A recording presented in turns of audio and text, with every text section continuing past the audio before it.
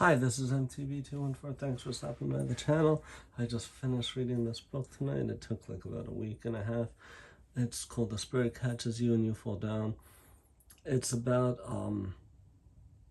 like a Hmong family, which is like from Laos, that they flee to America as refugees, and their daughter, out of their like many kids they have, has epilepsy, and they sort of don't understand it.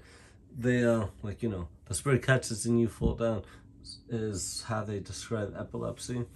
It was an interesting book, sort of sad story. I sort of understand with epilepsy. My own mother had it in life. It sucks, but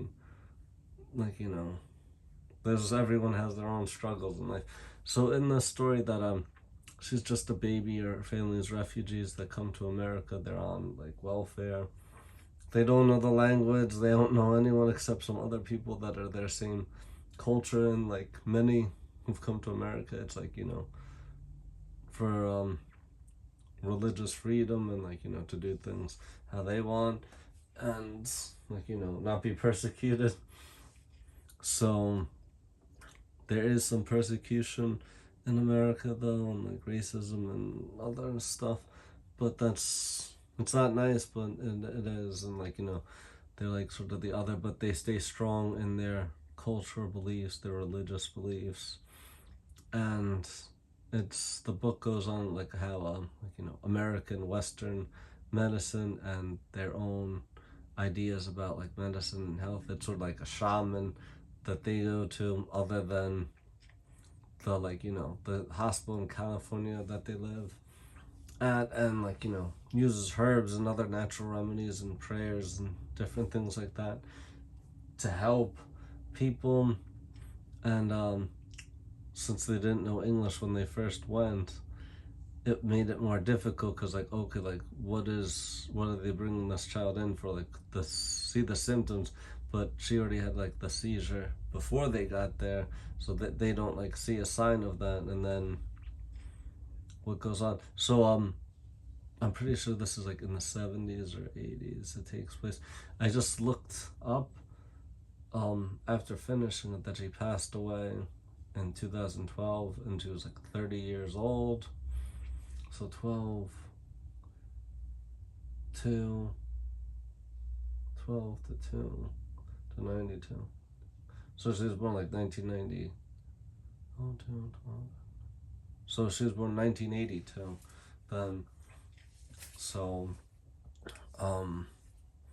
had epilepsy, and then the doctors sort of don't know what it is, and try and give her medicine, and the family doesn't give her the medicine as they prescribe. They don't even understand English. They can't like read and do help, and different struggles with that. And then has some like visiting nurse come to help, and the state actually takes her away from her family for about a year, and then she gets the right medicine and all under like foster care. But her mother and father and family is very sad. They have a different culture than American culture, but they do have a lot of love for their family and their daughter, who has these health issues. And it turns out that when she goes to on another hospital for like pediatrics and difficult health problems, that see that she has like infection as well as the epilepsy, having seizures, and it's sort of like too late. So she becomes basically like a vegetable. It's very sad.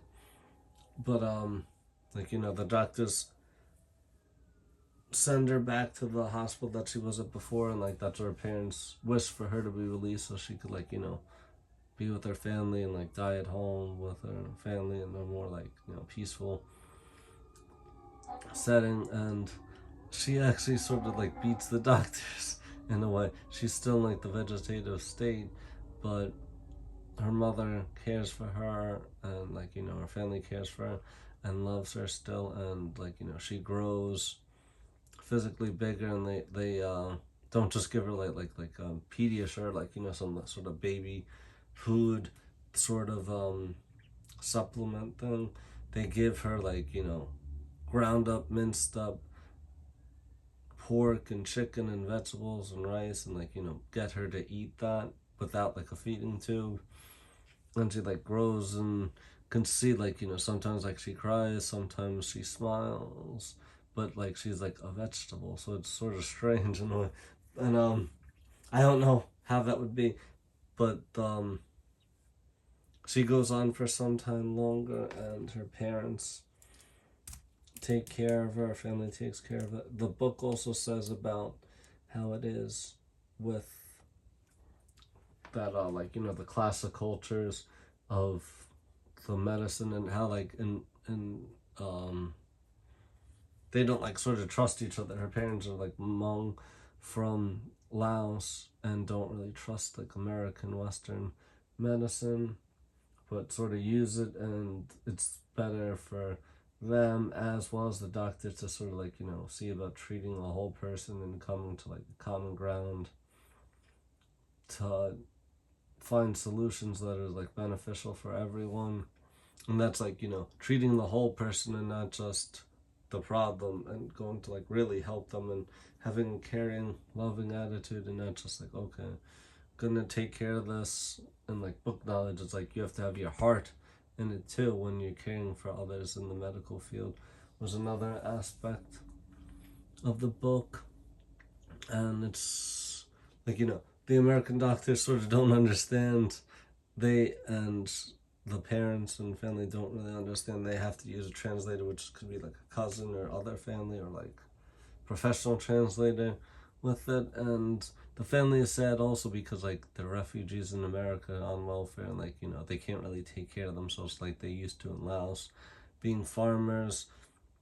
And a funny thing in it is that there was another family that, like, you know, they had a rent apartment, and the people below them have like a leak there. That family actually all stayed in one bedroom, and had like the living room with a foot of dirt in there, and were growing vegetables in their living room, like watering it and all, just crazy. And they and so it was interesting to see that that was a funny part of it. But it's a touching story about like love and family and culture, and like going through difficulties and classic culture, and how we have to come to common ground, and like, you know, help each other out of like love and kindness, and, you know, see the other person's side. So it's a very good story, and it's based on truth, like true history. And sadly, this person passed away, like Lia Lee, the girl, but amazingly, she lived to 30. Doctor said she'd be gone so quick after going home, but like her mother and father and family were able to care for her and keep her alive for 26 more years as like a vegetable, with like the love and care that they gave to her. So love is very powerful, no matter like what religion or what you believe, that people are really meant to be there for each other, love and care for each other. Well, thanks for watching. Subscribe, comment, like, share. Check out previous videos, future videos to come, book reviews, figure reviews, and other stuff. Thanks. Good night.